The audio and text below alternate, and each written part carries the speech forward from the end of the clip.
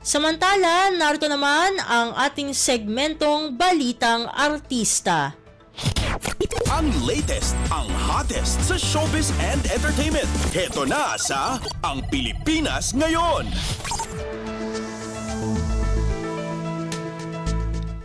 Simulan na natin ang ratsyada ng mga showbiz balita para sa araw na ito. Magandang pasok ng 2025 para kay Nikki Valdez dahil nakasama siya sa malaking cast ng Lolong, Bayani ng Bayan ng GMA Public Affairs. Sa naganap na Grand MediaCon para sa Season 2 ng naturang action series, nagpapasalamat ang kapamilya actress sa pagkakataong makapagtrabaho ulit sa Kapuso Network after ng 2023 teleserye na Unbreak My Heart, ang first series collaboration ng GMA7 at ABS-CBN2.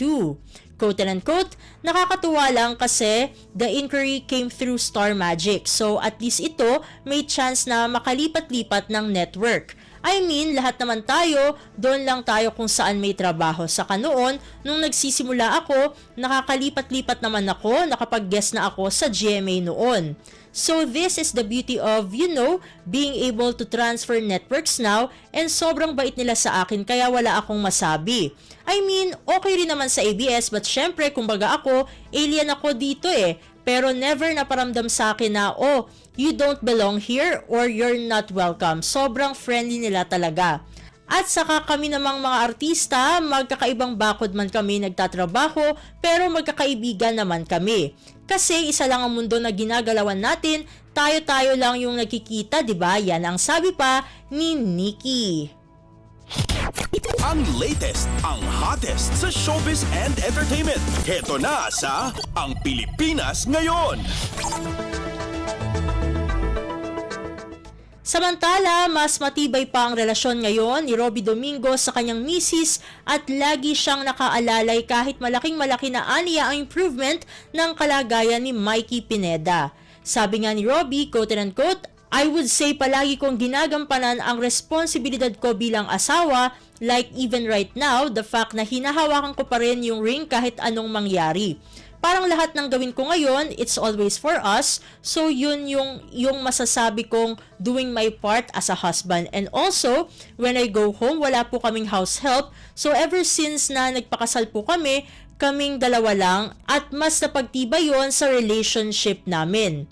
At dami-dami raw niya talagang natutunan sa pinagdadaanan nila ng kanyang misis. Dagdag na kwento ni Robby, quote-unquote, first few months of the relationship, of the marriage, akala ko, well, usually people would say, ay, enjoy na yan, trips kayo palagi. Yung trips namin sa hospital, especially during the first months of her recovery, and I'm so grateful for it kasi ang dami kong natutunan sa sarili ko, sa kanya, at sa aming dalawa. Kakarating lang nilang mag-asawa galing ng Japan. Sabi ni Robby, quote-unquote, kaya nga natatawa na lang ako, we had 4 big maleta going around Sapporo. Yan, aniya, na parang honeymoon na rin nila yon, lalo na nga raw at sobrang lamig. Ang latest, ang hottest sa showbiz and entertainment. Heto na sa Ang Pilipinas Ngayon.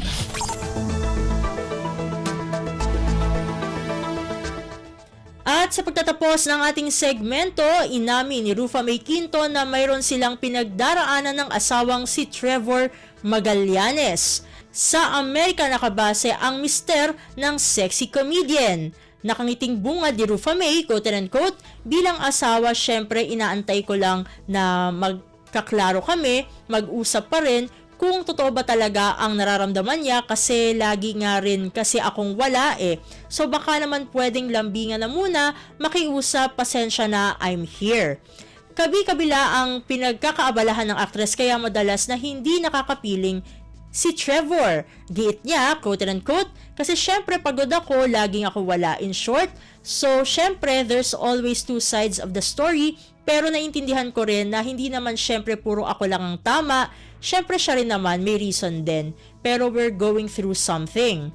Tatanggapin umano ni Rufa May ng maluwag sa dibdib kapag desididong makipaghiwalay na ang mister. Sa ngayon ay wala pang naghahain ng divorce mula sa magkabilang panig. Sabi nga ni Rufa May, quote-unquote, kasi kung ayaw na rin naman niya, bakit ko hindi respetuhin yon. Pero yung legalities sa mga file, walang file ng divorce, walang nag-file. Kasi ang dami ko ng file sa kaso, ang dami ng nag-file. Ayoko munang mag-file ng divorce kasi dito rin naman kasi kami kinasal sa Pinas. So hindi ko rin alam kung ano ang gagawin.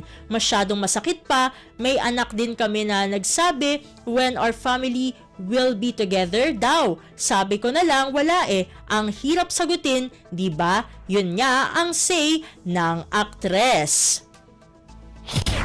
Ang latest, ang hottest sa showbiz and entertainment. Heto na sa Ang Pilipinas Ngayon.